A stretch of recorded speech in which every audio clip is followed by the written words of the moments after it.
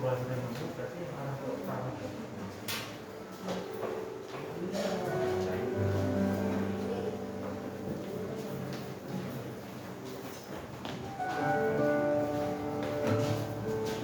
jemaat Tuhan. Shalom. Sekali lagi shalom. Puji syukur baik jemaat Tuhan yang ada di tempat ini maupun yang sedang ada di rumah melalui live streaming. Mari kita sama-sama persiapkan hati kita mau datang kepada Tuhan. Saya undang jemaat Tuhan, kita bersatu dalam doa. Selamat sore Tuhan, terima kasih Kau boleh tibakan kami di tempat ini Tuhan. Bila sebentar kami rindu untuk datang beribadah kepadamu, kiranya Tuhan disenangkan melalui pujian penyembahan kami Tuhan. Terima kasih Tuhan, sepanjang waktu ke depan kami menyerahkan ke dalam tangan-Mu, Engkau berbicara dalam ibadah kami. Di dalam nama Tuhan Yesus, mari sama-sama kita katakan amin. Saya undang jemaat Tuhan untuk bangkit berdiri. Mungkin boleh sapa kanan kiri, katakan shalom, Tuhan Yesus baik. Kita mengangkat sebuah Tuhan yang benar.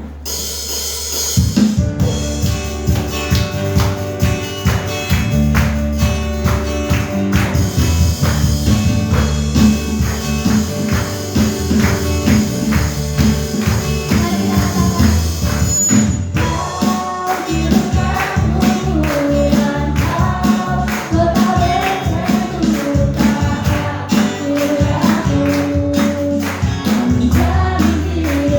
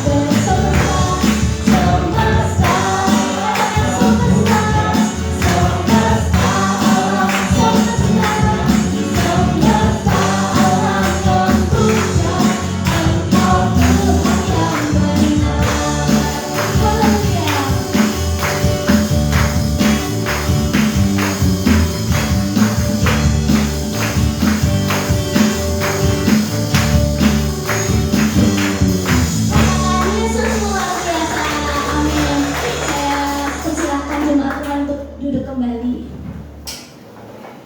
Kita sama-sama ambil waktu yang terbaik untuk datang lebih lagi kepada Tuhan. Kita mau pujikan, kita mau senangkan hati Tuhan. Mari kita ambil saat duduk sejenak.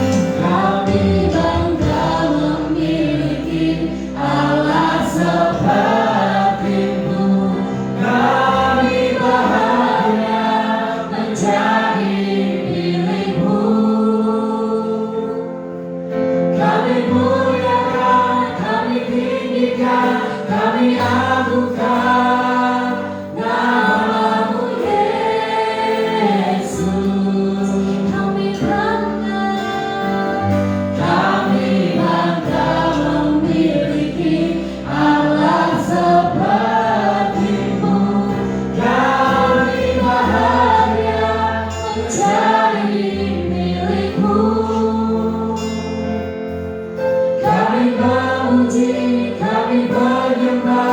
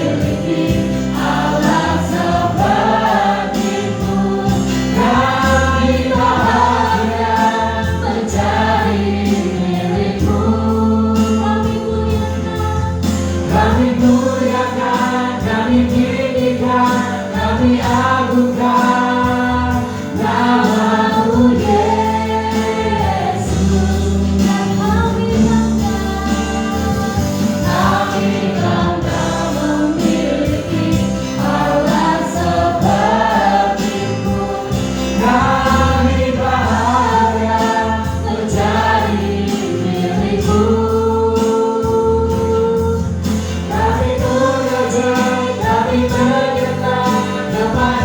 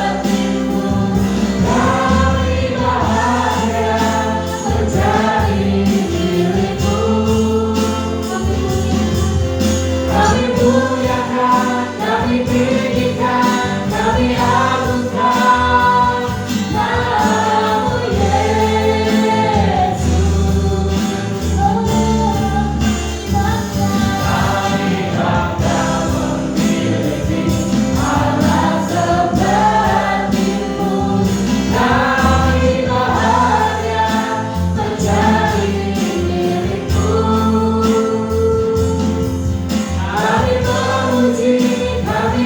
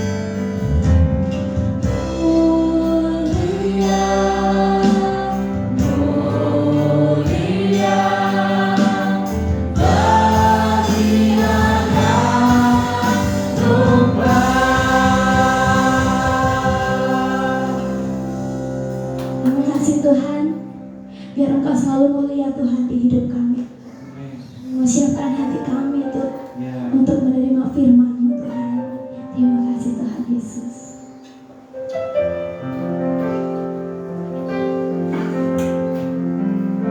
Biar Tuhan saja boleh bentuk hati kita menjadi bicaranya Tuhan. Kita angkat pujian ini.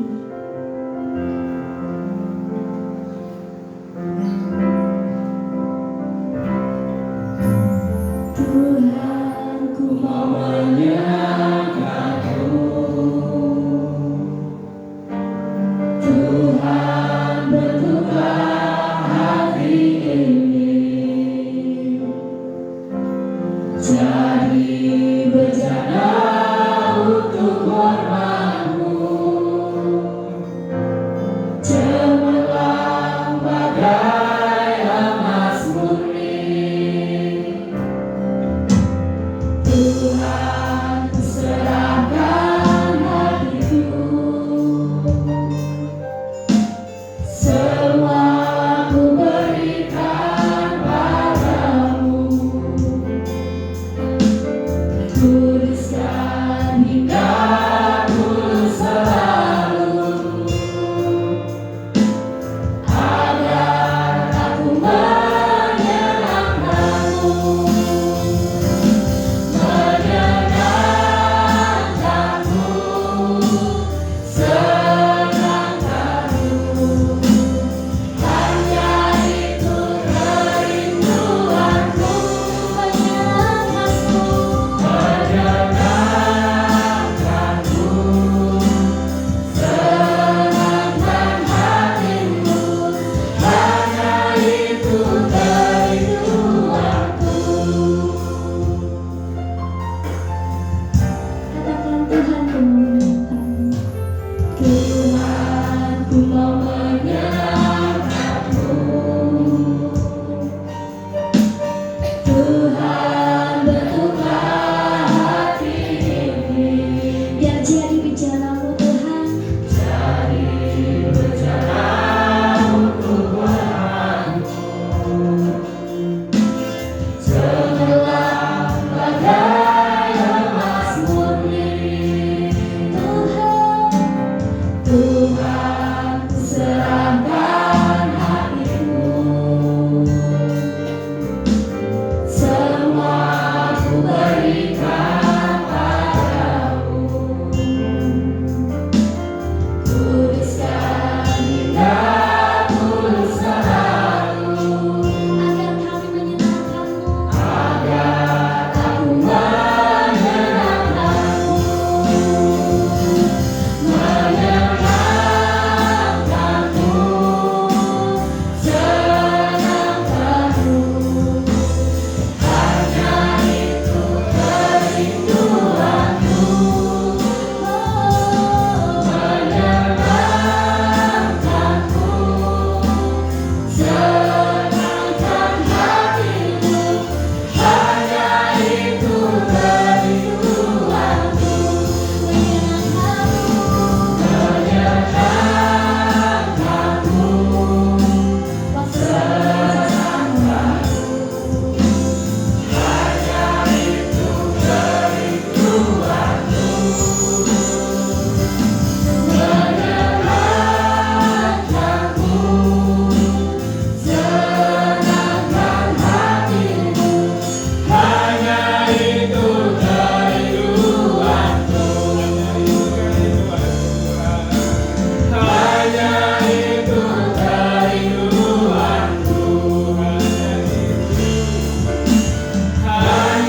itu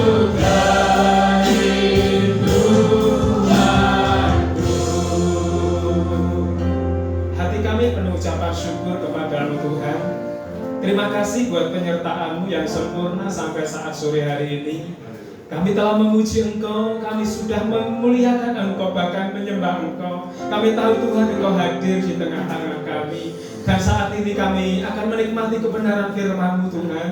Mari Bapa, Kami menyerahkan hidup kami sepenuhnya ke dalam tangan Tuhan. Dan kami juga menyerahkan pemberitaan firman-Mu sore hari ini. Biarlah Engkau terus akan memegang kami dengan tangan kanan-Mu yang membawa kemenangan. Sebab kami tahu Tuhan, di luar Engkau kami tidak mampu, kami tidak bisa melakukan suatu apapun. Namun kami percaya Tuhan bahwa kekuatan itu Engkau berikan dalam hidup kami. Berfirmanlah kami Engkau pada saat sore hari ini Tuhan. Urapi kami semua, urapi hamba-Mu, urapi sidang jemaat-Mu, dan semua yang hadir kiranya dapat menerima berkat dari firman Tuhan. Terima kasih Tuhan, dengan pengucapan syukur kami terima firman ini di dalam nama Tuhan Yesus Kristus. Haleluya. Amin. Sekarang dulu Bapak Ibu, salam. Puji Tuhan, selamat sore, selamat ketemu di dalam kasih-Nya Tuhan Yesus Kristus. Sore hari ini saya berterima kasih kepada Bapak Gembala yang sudah mempercayakan untuk menyampaikan firman Tuhan. Nah, Bapak Ibu Saudara yang saya kasih dalam Tuhan, kita sudah mendapat pengajaran yang luar biasa dari Bapak Gembala kita, Bapak Daniel ya, di mana di bulan kemarin kita sudah menikmati tentang kemerdekaan hidup. Bapak Ibu, panjenengan sudah merasakan bahwa Tuhan benar-benar memberikan kemerdekaan yang luar biasa. Kemerdekaan dari apa? Kemerdekaan dari dosa. Sehingga Tuhan bebaskan hidup kita tidak lagi terbelenggu dengan kekuatan dosa. Nah, Bapak Ibu yang saya kasih dalam Tuhan, hari ini saya akan sampaikan tentang hidup yang berkualitas. Ya, ternyata Bapak Ibu, ketika Tuhan memberikan kemerdekaan dalam kehidupan kita saat-saat ini, tentunya kemerdekaan itu harus kita respon dengan baik.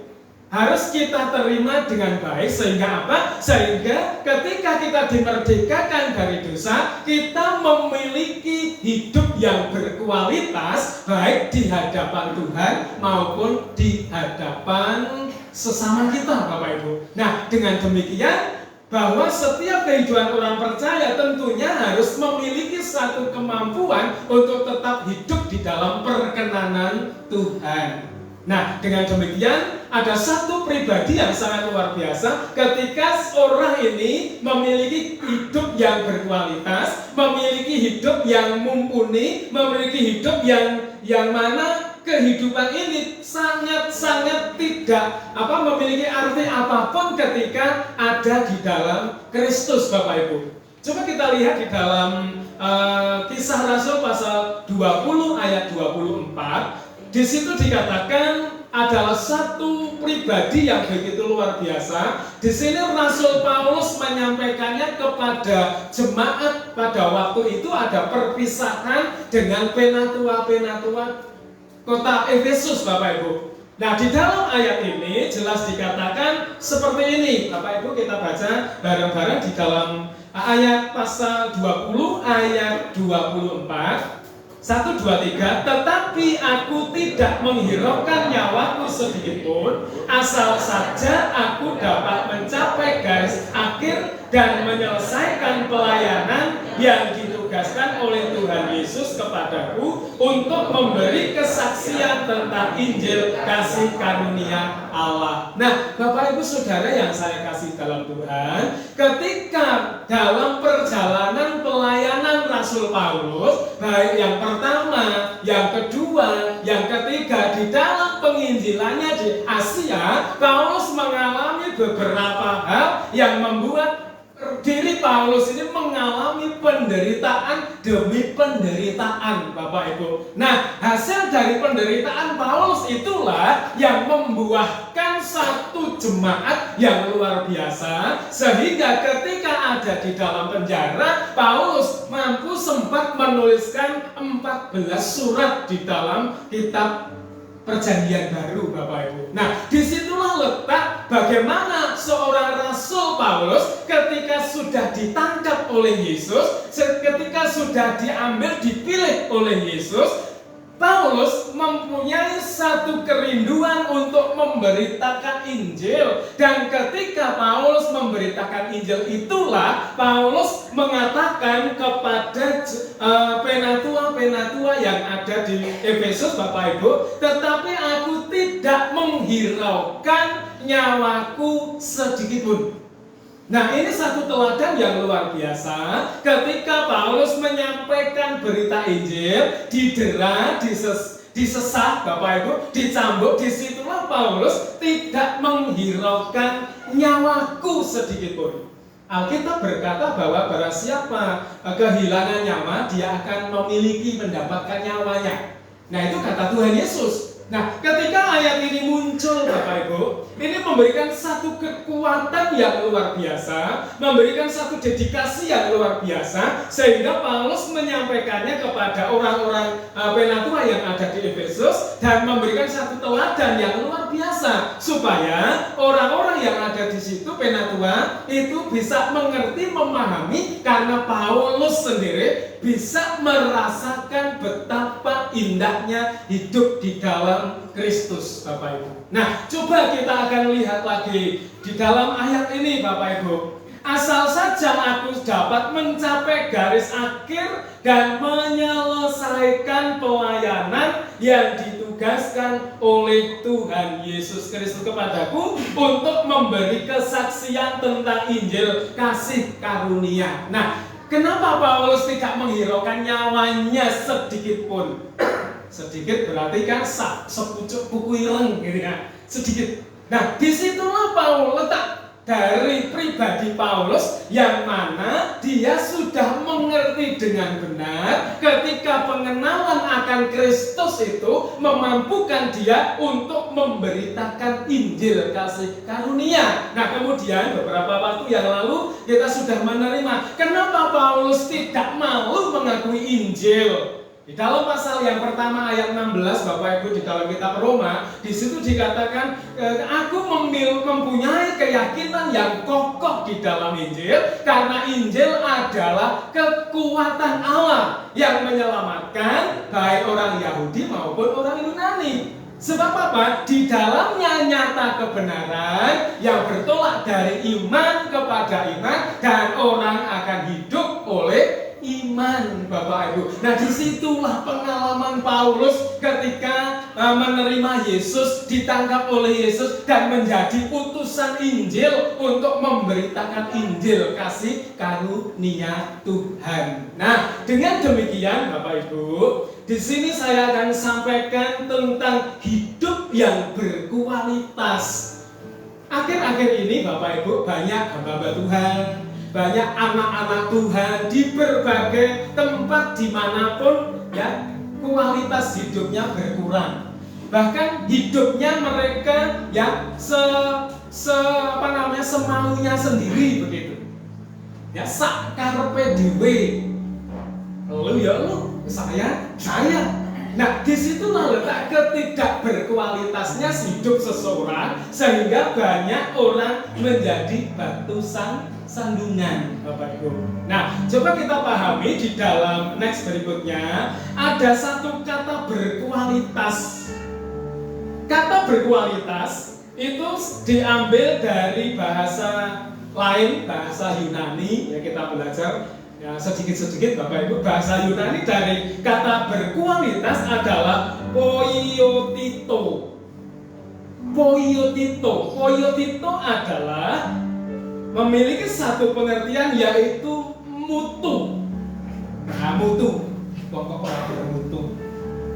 Kalau kata bermutu berarti ya ini menyangkut dalam pribadi seseorang, Bapak Ibu. Jadi ketika ada kata berkualitas atau poiotito tadi, ini merupakan tingkat kualitas yang baik maupun yang tidak baik, ya toh? Di dalam sesuatu hal yang ada, Bapak Ibu.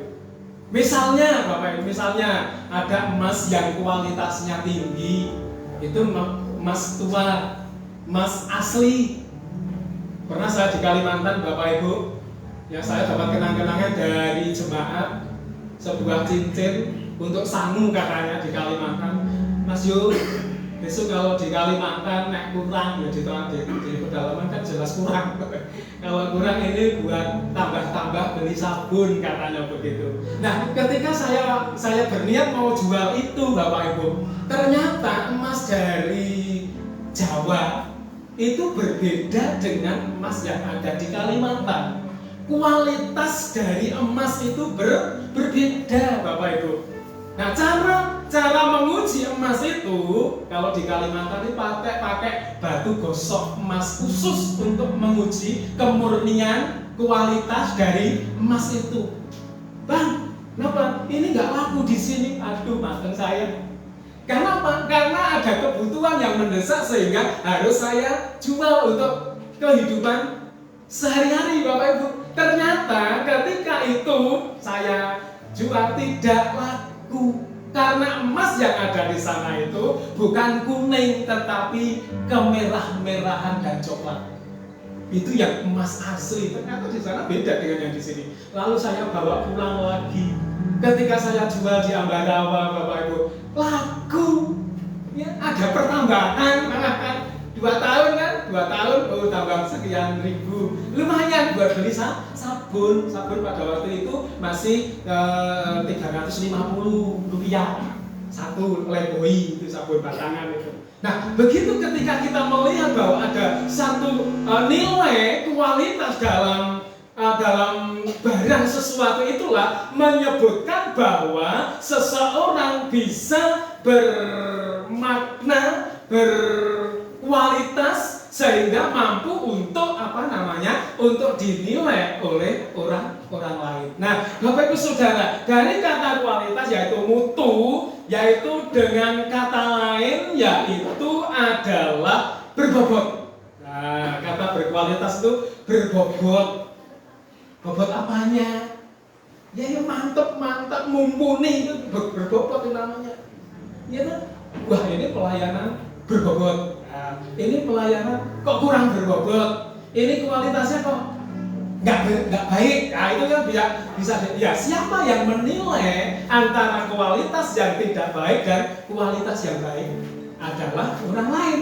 Bukan diri kita, Bapak Ibu. Saya berkualitas loh ya. Belum tentu memunculkan diri saya berkualitas. Ternyata dari penilaian orang lain tidak berkualitas. Nah, ini yang harus kita pahami Bapak Ibu. Kemudian ada kata lagi berisi, kata berkualitas. Berisi. Panjenengan pirsa, kalau padi yang berisi, berkualitas, padi tersebut memiliki bobot timbangan yang mantap, Bapak Ibu. Betul ya kan? Nah, ini kalau berisi, bernas sama dengan bernas. Oh, padinya bernas sekali. Padinya ini kurang bernas, kosong, gabuk, mandul ini. Karena tidak ada kualitasnya. Begitu juga jenis beras yang ada, Bapak Ibu, ada beberapa jenis yang berkualitas dan tidak berkualitas.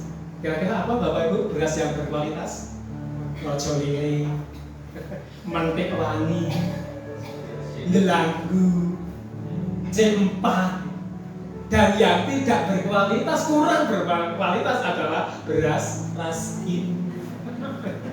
Itu Bapak Ibu. Nah, jadi yang bisa membedakan antara ini berkualitas dan tidak berkualitas adalah orang lain. Gak mungkin beras itu mengatakan, oh saya berkualitas loh, boleh saya dinikmati. Bukan, beras kan diam saja.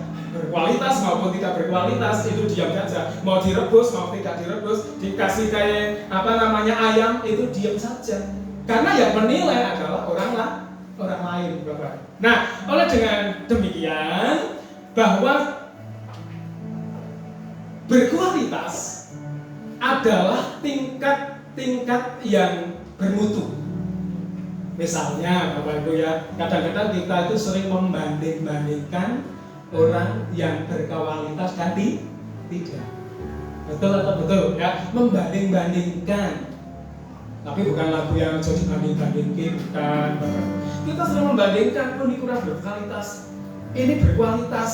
ini setengah berkualitas, wes kita pakai yang berkualitas. Justru dari yang tidak berkualitas, mari kita dorong untuk apa? Supaya seseorang bisa memiliki kualitas yang tinggi. Dengan apa? Dengan dorongan motivasi yang baik. Nah kemudian kita harus Bapak Ibu memiliki satu kualitas yang baik, yang berkenan di hadapan Tuhan. Nah sekarang kita naik lagi Bapak Ibu. Nah apa tuh yang harus kita miliki supaya hidup seseorang itu bisa berkualitas? Secara rohani kita perlu Tuhan memang. Kita membutuhkan Tuhan. Karena Tuhan kita adalah Tuhan yang dahsyat. Apa yang harus kita miliki supaya seseorang agar hidupnya berkualitas? Yang pertama, ini ada 4 Bapak Ibu. Yang pertama adalah komitmen. Nah, komitmen. Apa itu komitmen? Komitmen siapa? Komitmen menjadi orang percaya. Itu. Komitmen menjadi orang percaya.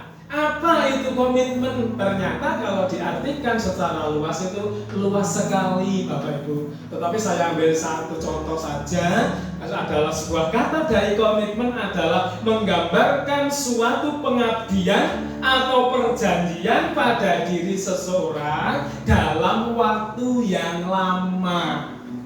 Contohnya dalam sebuah pernikahan Bapak Ibu. Dalam pernikahan pun harus ada komitmen.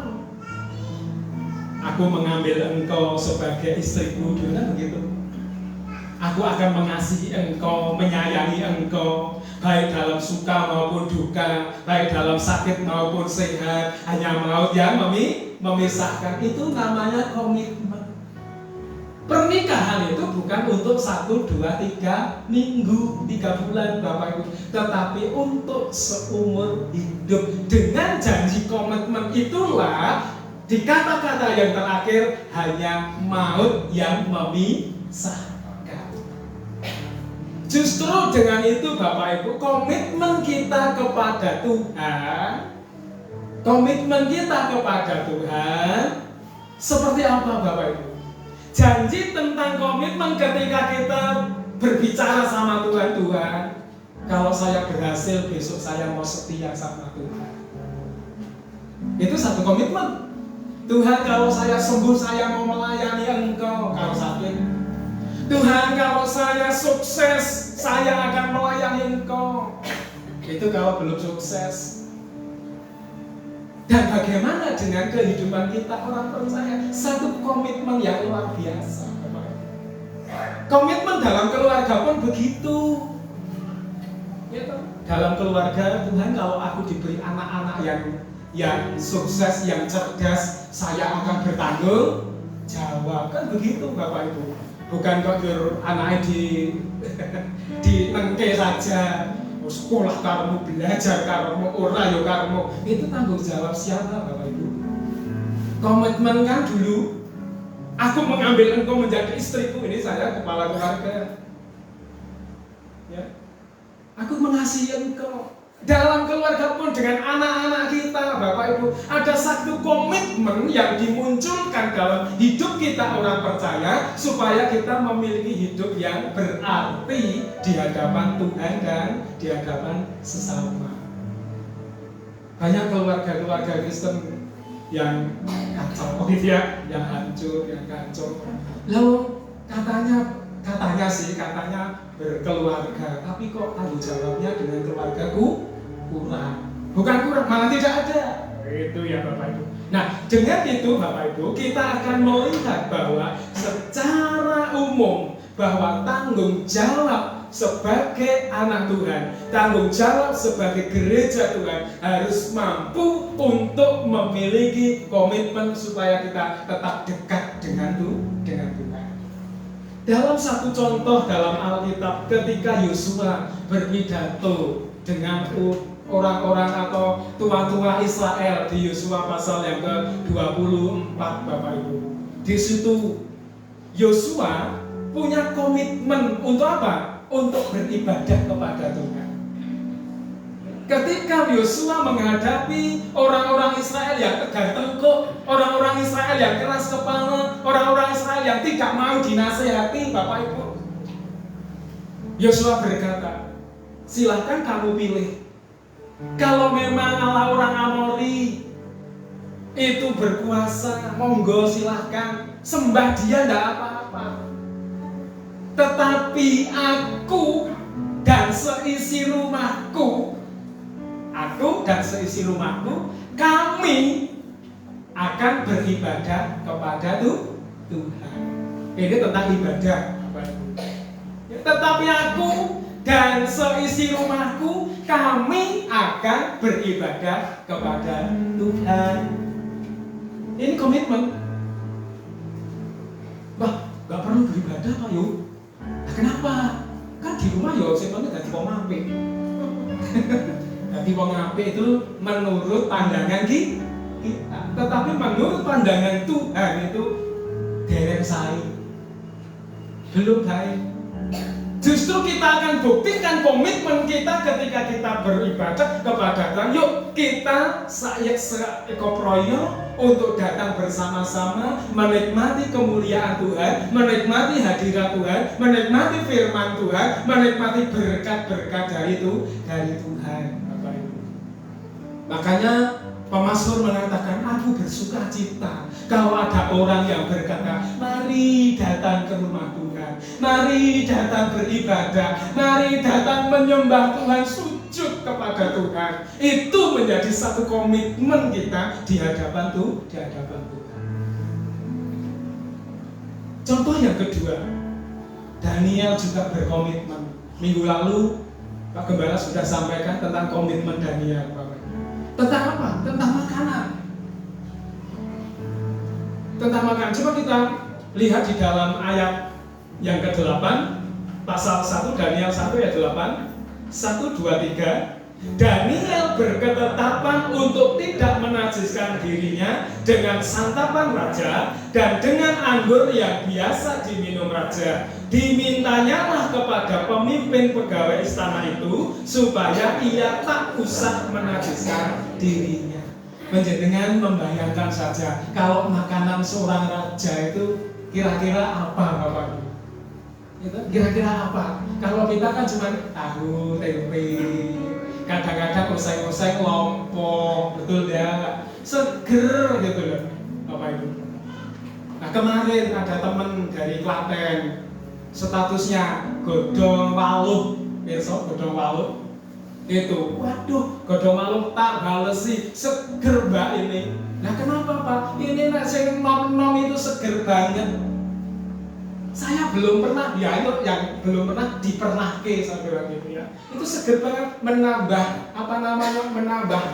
serat-serat dalam tubuh kita ini, sayuran, daun, waluh. Belum pernah tuh Bapak Ibu? Kalau ada, monggo bawa ke Sembung, saya terima. Tapi saya nom-nom gitu. Yang muda-muda saya tua kan, ya tidak bisa kan. Tua itu kan lama untuk rebusnya. Nah, baik Bapak Ibu. Daniel punya komitmen untuk tidak makan makanan santapan raja. Nah, kira-kira makanan raja itu apa? Menu-menunya raja. Dan Daniel berketetapan hanya makan sayur dan air saja. Coba kita melihat, kita coba saja dalam 10 hari siapa yang lebih cerdas. Ternyata Tuhan berkehendak Daniel lebih cerdas dari para nujum yang ada di Babel. Nah ini komitmen inilah penting. Sehingga apa? Sehingga Tuhan menyertai Daniel dan Daniel hidup berkualitas di hadapan Raja Nebukadnezar dan para orang-orang yang ada di waktu. Nah, dengan demikian kita akan melihat bahwa seseorang harus bisa mampu untuk mengambil keputusan, berkomitmen, baik susah maupun senang, kita tetap setia kepada Tuhan. Selaminya derek Gusti, mana ayem lan tenter, Gusti paring cekap sedaya. Mana ayo keputusan untuk setia sama Tuhan, Tuhan berjanji akan memberikan semua yang Tuhan beri kita. Jadi jangan biar kita sendiri, aku wis benar. Yuk kita punya komitmen, sama-sama punya komitmen. Untuk apa? Untuk datang kepada Tuhan. Sesuk ayo nek wis kapan selone 1 minggu cuma 1 Selasa. Ya cuma 1 itu, tidak ada yang lain. Apalagi Jumat padat, Sabtu merpek, Minggu rame.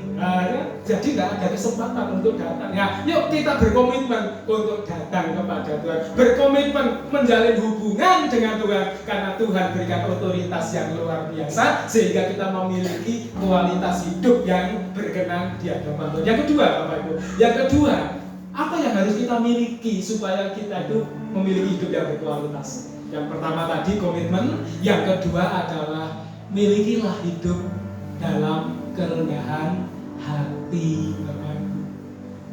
Kerendahan hati, rendah hati. Kalau rendah diri beda dengan rendah hati. Rendah diri adalah minder. Ya toh, disuruh doa saja, doa itu sudah ngewel, tahu ngewel Bapak Ibu. Nggak bisa keluar, aku main doa piye, itu namanya rendah diri. Ngewel ora iso aku. Tetapi ketika kita memiliki kerendahan hati dalam kehidupan kita, otomatis Tuhan akan berikan sesuatu yang luar biasa. Dari kata kerendahan hati dalam bahasa Yunani memakai kata semnotita, Bapak Ibu. Semnotita atau prayos. Artinya apa? Artinya adalah yang pertama, kesabaran. Sabar. Sabarlah sabar, melayani Tuhan harus sabar. Melayani Tuhan itu juga harus sabar. Melayani keluarga juga harus sabar. Sabar itu masuk di dalam buah roh.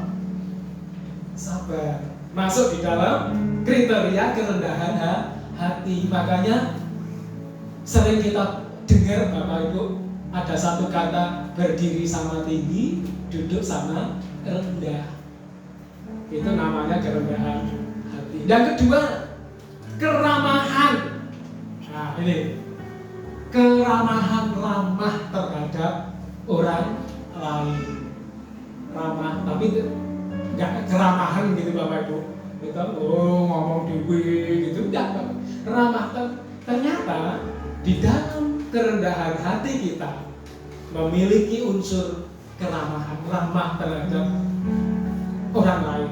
Hendaklah engkau ramah seorang terhadap yang lain, didasari dengan kasih Kristus. Dan yang ketiga, kata kerendahan hati atau semnotita adalah lemah lembut. Lemah lembut, bukan lemah gemulai. Pirsa ya, lemah lembut dan lemah gemulai. Kalau lemah gemulai, Mas, kurang anting-antingnya saja lemah gemulai. Tetapi yang Tuhan kehendaki dalam kelemah lembutan dalam pribadi kita ini juga harus kita miliki, lemah lembut dengan orang lain. Anda pasor. Artinya apa? Artinya mengutamakan orang lain terdahulu daripada diri kita. Tapi Bapak Ibu, akhir-akhir ini banyak sekali orang-orang yang tidak mau menghiraukan. Yang penting aku. Milikilah kelemah lembutan. Apakah itu lemah lembut? Enggak. Yang penting saya.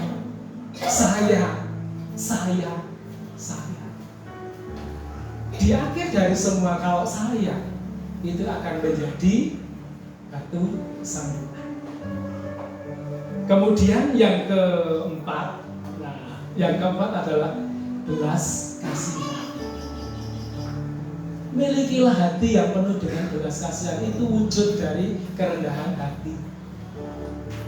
Dari kata semnotita tadi Bapak Ibu, ada yang namanya belas kasihan. Dari keempat hal ini, kalau dijadikan satu menurut 1 Korintus 13 ayat 1 di situ diwujudkan dalam bentuk 5 huruf, yaitu KASIH.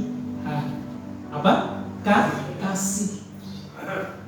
Itu Bapak Ibu, kelemah lembutan, kerendahan hati, kesabaran, keramahan, itu kalau diwujudkan dalam bentuk 1 Korintus 13 adalah kasih. Lagu sekolah minggu masih ingat ya Bapak Ibu, adik-adik? KASIH, KASIH, kasih, kasih, kasih, kasih, kasih, kasih, kasih, kasih itu sabar, marah, itu kan tidak pernah marah-marah. Saya akan lupa itu Bapak Ibu ya. Tapi puji syukur kepada Tuhan bahwa ada orang yang mengajarkan lagu ini, itu menjadi berkat bagi setiap kita yang ada. Kasih. Coba kita baca 1 Korintus 13 ayat yang pertama. Coba kita lihat di situ. 1 Korintus 13 ayat pertama. 1, 2, 3. Sekalipun aku dapat berkata-kata dengan semua bahasa manusia dan bahasa malaikat, tetapi jika aku tidak mempunyai kasih, aku sama dengan gong yang berkumandang dan canang yang bergemerincing. Bapak Ibu,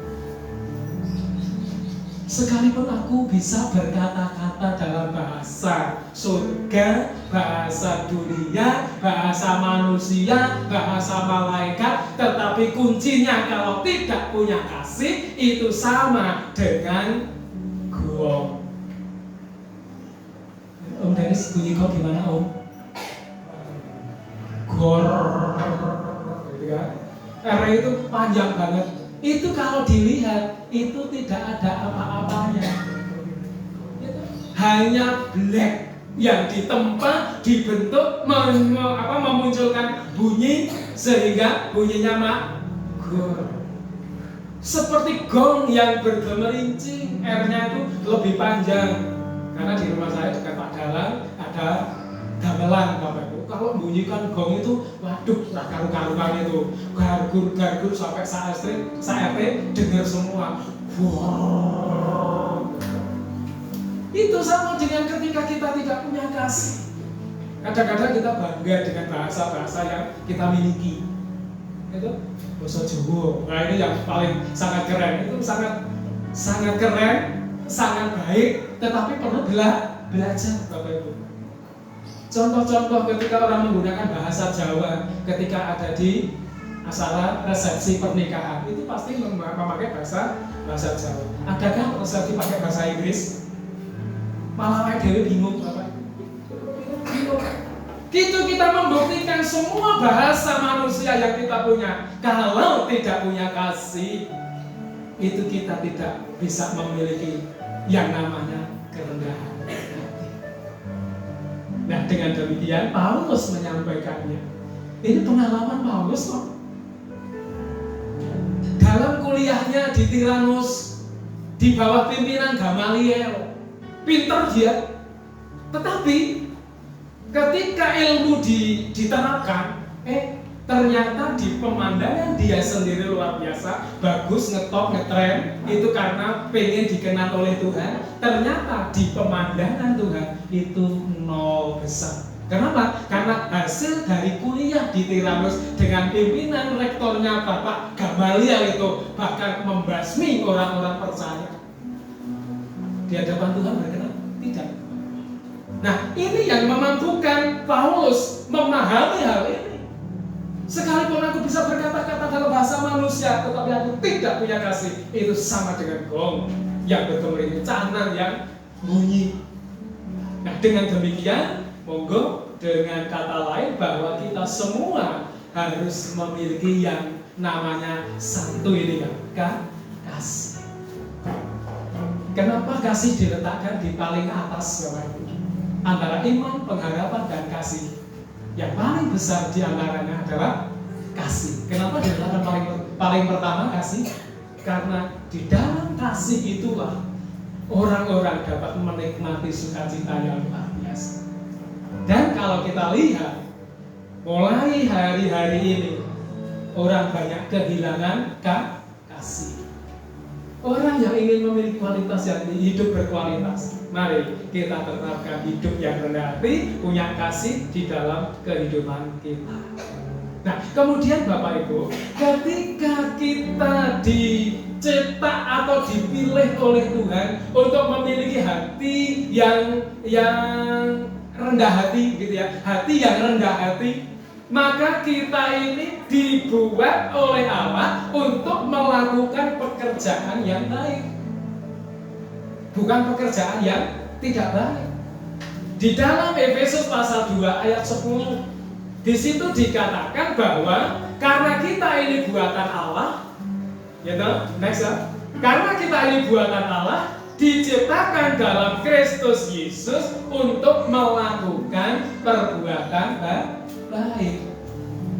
Jadi Tuhan menciptakan kita, memilih kita ya, untuk menjadi orang-orang yang melakukan perbuatan baik yang berkenan di hadapan Tuhan.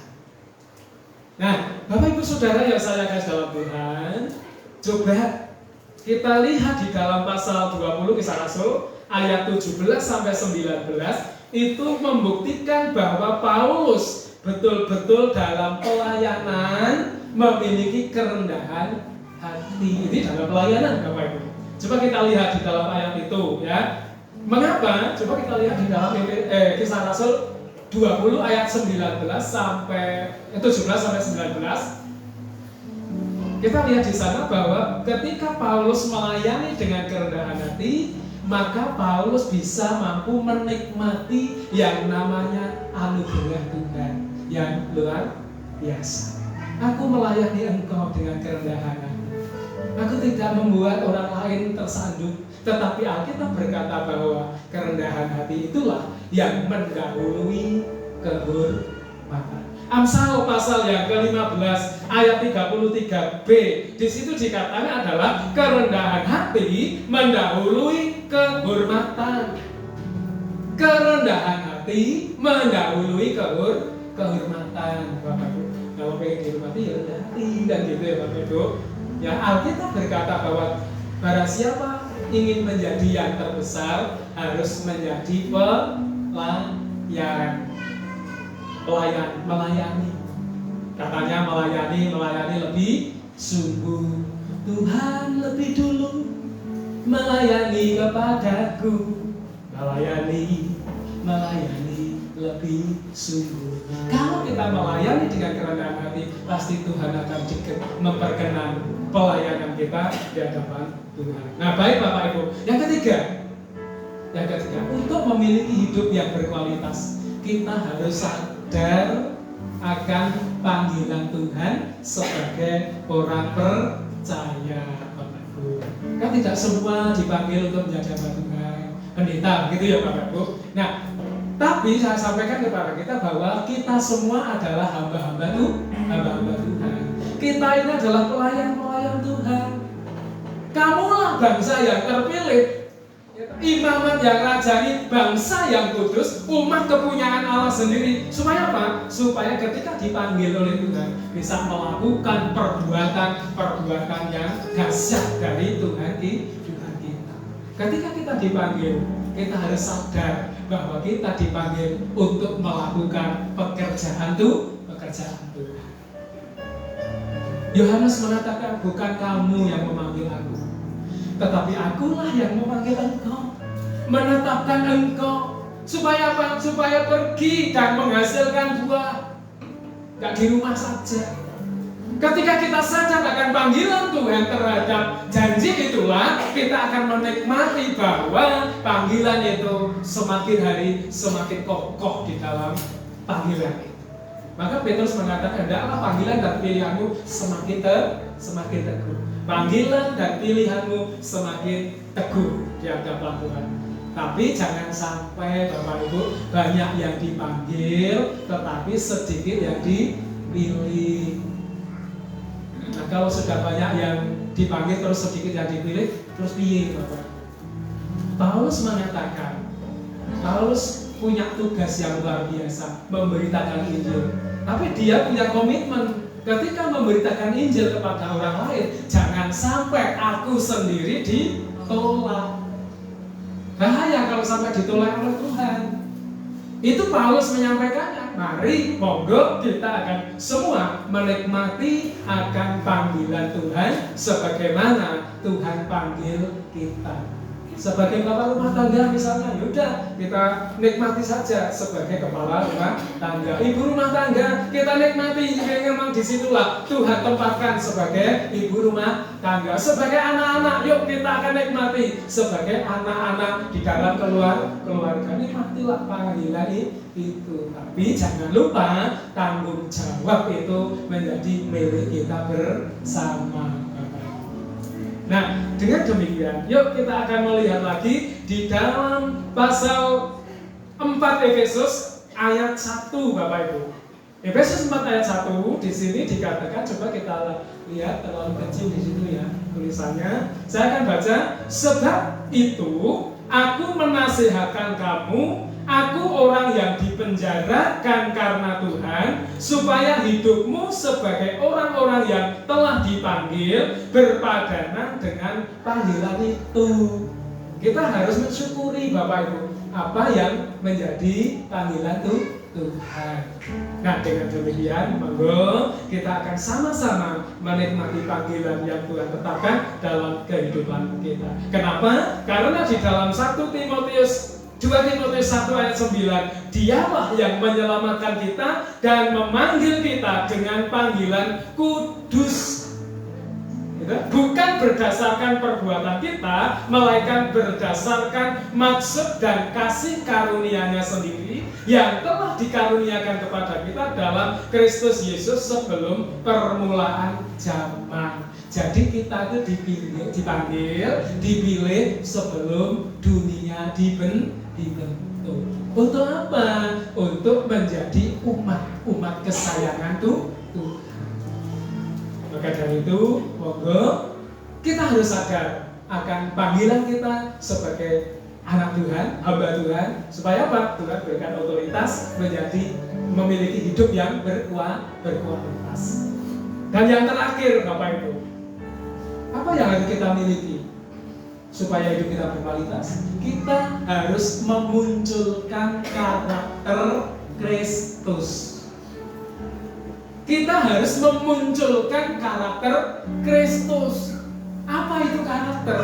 Karakter adalah sifat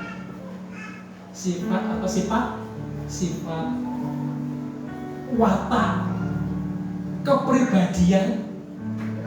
Itu yang Yesus punya harus dimunculkan dalam kehidupan kita. Nah, Bapak Ibu Saudara yang saya kasih dalam Tuhan, di dalam Filipi 2 ayat 5, Bapak. Nah, bagaimana caranya supaya karakter Kristus itu ada dalam hidup kita? Filipi 2 ayat 5. Hendaklah kamu dalam hidupmu bersama menaruh pikiran dan perasaan yang ada di dalam Kristus Yesus. Hendaklah dalam hidupmu bersama, Bapak Ibu, bukan sendiri-sendiri. Karena kita kan satu tubuh di dalam Kristus. Makanya hendaklah dalam hidupmu bersama menaruh pikiran yang terdapat di dalam Kristus. Jadi pikiran Kristus itu apa, Bapak Ibu? Ayo, pikiran Kristus itu hanya satu saja. Sebetulnya satu saja, kasih. Kasih itulah sifat Yesus. Kasihnya yang tidak berubah, memberikan satu kekuatan buat kita. Nah, kalau kita tidak punya kasih, tadi sudah saya sampaikan, itu sama dengan gong yang bergemerincing. Itulah karakter Kristus. Ketika Yesaya 53 dinyatakan, oleh pemberontakan kita dia disesat, oleh pemberontakan kita dia disalibkan. Dalam rupa manusia pun dia tidak menganggap kesetaraan dengan Allah. Alkitab berkata, seperti domba dibawa ke pembantaian, dia pun tidak melawan. Itu yang namanya pikiran Kristus.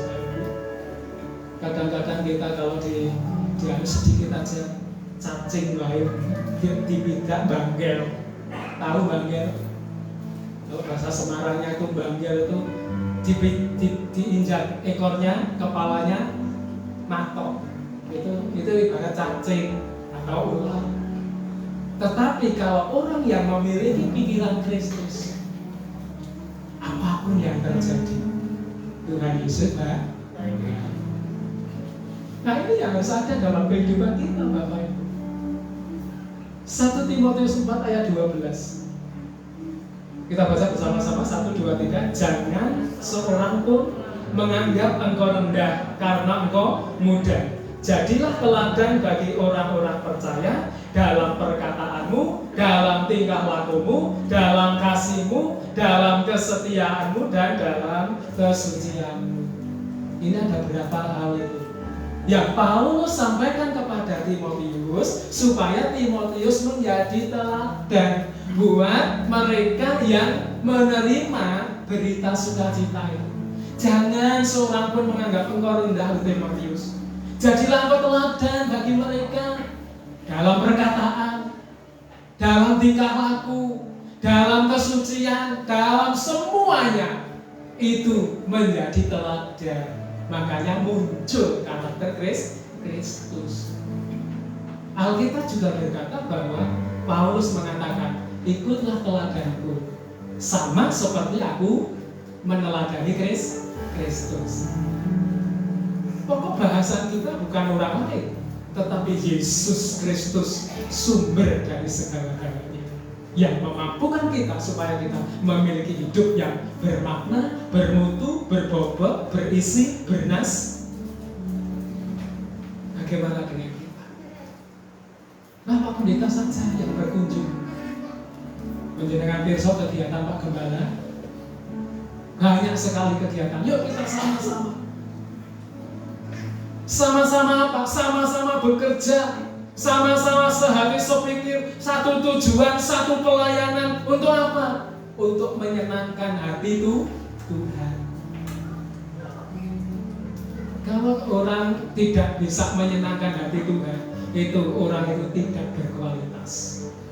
Tetapi kita yang ada saat sore hari ini, monggo kita milikilah pikiran, perasaan yang terdapat di dalam Kristus. Itulah karakter Kristus yang harus dimunculkan dalam kehidupan kita. Baik perkataan, baik tingkah laku, baik kesucian kita, Bapak Ibu. Yuk kita munculkan. Sebab apa? Sebab Tuhan berkenan atas semuanya ini. Sebagai kesimpulan dari 4 hal ini, Bapak, Tuhan mau kita itu menyenangkan hati Tuhan. Tuhan mau kita tuh menyenangkan hati Tuhan. Tuhan ingin kita ini hidup berkenan di hadapan Dia. Siapapun kita, Bapak Ibu, baik muda, tua, anak-anak, dan lain sebagainya. Yuk kita satu hati, satu tujuan, satu pikiran, satukan iman kita. Untuk apa? Menyenangkan hati Tuhan. Dengan demikian, jadilah hidup yang berkualitas di dalam setiap aspek hidup kita. Haleluya. Mari kita datang kepada Tuhan, menyenangkan Tuhan. Haleluya.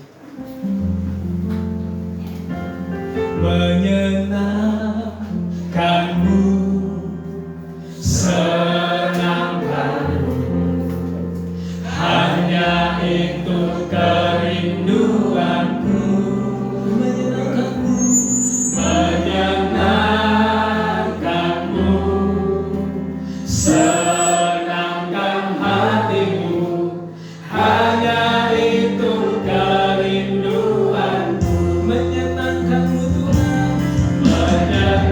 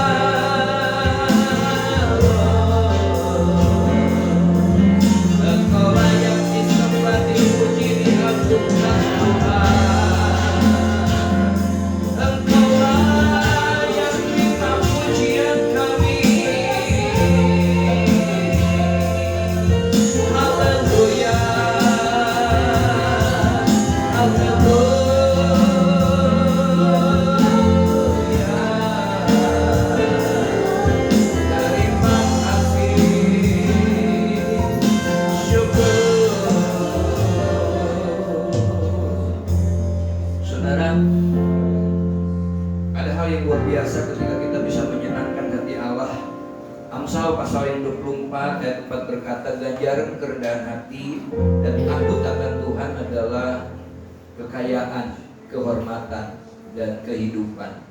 Jadi Tuhan memberkati kita mulai dari kebutuhan kita di dalam dunia, kebutuhan kita secara spiritual, bahkan kita kebutuhan dalam kehidupan yang akan datang.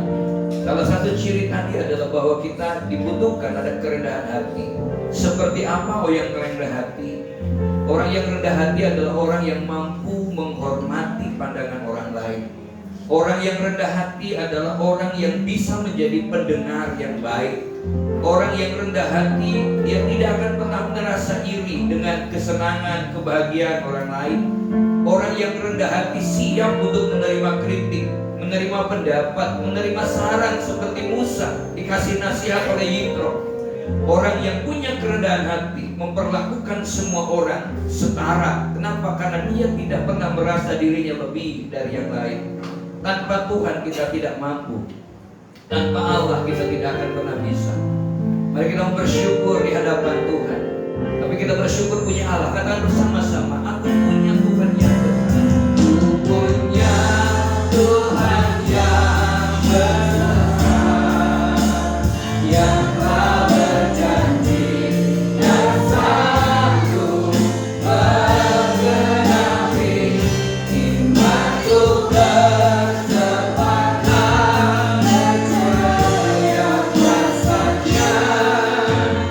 Ku terima secara amin kemenangan darimu. Katakan dengan sepenuh hati, aku punya Tuhan yang besar, yang telah berjanji dan sanggup menggenapi imanku bersepakatan percaya kuasanya. Ku terima secara amin kemenangan darimu. Katakan ku terima sekarang. Ku terima sekarang kemenangan darimu. Mari katakan dengan iman, kita menikmatinya. Ku terima sekarang kemenangan darimu.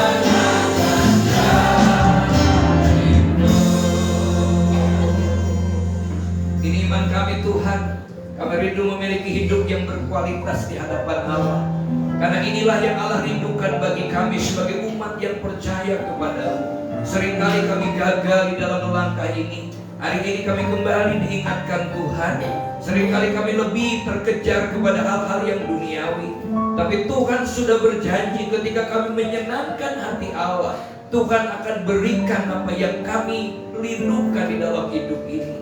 Bahkan bukan hanya hidup ini saja, Tuhan berikan kekayaan, kehormatan, dan kehidupan yang kekal bagi kami semua. Terima kasih Tuhan, berkati hamba-Mu. Berkati kami juga Tuhan. Kami mohon tuntunan Roh Kudus-Mu menyertai kami di sepanjang hidup kami. Terima kasih buat bulan September yang sudah kami lewati seluruh minggu Tuhan. Ada beberapa hari yang akan kami lewati di bulan ini. Kami bersyukur sebagaimana Tuhan menyertai, maka Tuhan pasti akan terus memberkati kami. Kami bersyukur buat bulan ini Tuhan. Kami siap untuk dipimpin di bulan Oktober, untuk kami menjadi saksi Tuhan, karena kami memiliki hidup yang berkualitas. Berkati bangsa dan negara kami, berkati lingkungan Basecamp, dan dimanapun Tuhan anak-anak-Mu berada, ada dampak yang besar ketika Tuhan hadir di tengah-tengah kami. Terima kasih dalam nama Yesus. Kami siap untuk beri korban persembahan. Kuduskan persembahan kami menjadi persembahan yang indah di hadapan Allah. Tuhan, kami pulang dengan menikmati berkat Allah. Tuhan memberkati Engkau dan melindungi Engkau. Tuhan menyinari Engkau dengan wajahnya dan memberi Engkau kasih karunia. Tuhan menghadapkan wajahnya kepadamu dan memberi Engkau damai sejahtera mulai sore ini sampai Maranatha, Tuhan Yesus datang yang kedua kali. Yang percaya diberkati Tuhan, sama-sama katakan amin. Berkali kita beri korban persembahan di belakang. Anak-anak yuk persilakan, ada untuk usaha dana. Tadi yang paling menarik adalah bau rujaknya yang luar biasa. Nah saudara, tema kita di tahun yang akan datang, tahun depan itu fokus on God. hafalkan ayatnya, nikmati berkatnya. Yesaya 41 ayat yang ke-10. Doakan bahwa ibadah persetia hari Rabu yang akan datang dijadikan Sabtu pada hari Kamis. Jadi Bapak Ibu Saudara yang punya waktu datang hari Kamis di tempatnya Om Wiwit, Bude Ngatio di seberang sini, sekalian menara doa dan persetia di tempatnya Bude Tini dan juga Om Wiwit di Timur Bakso Yapin itu ya. Ya jam 7 malam sampai jam 8. Dan setelah dari situ saya langsung berangkat ke Jakarta untuk ada ulang tahun Ibu Gembala di Jakarta, tapi malamnya saya harus kembali lagi ke Jogja karena paginya ada kondangan ya, harus berangkat.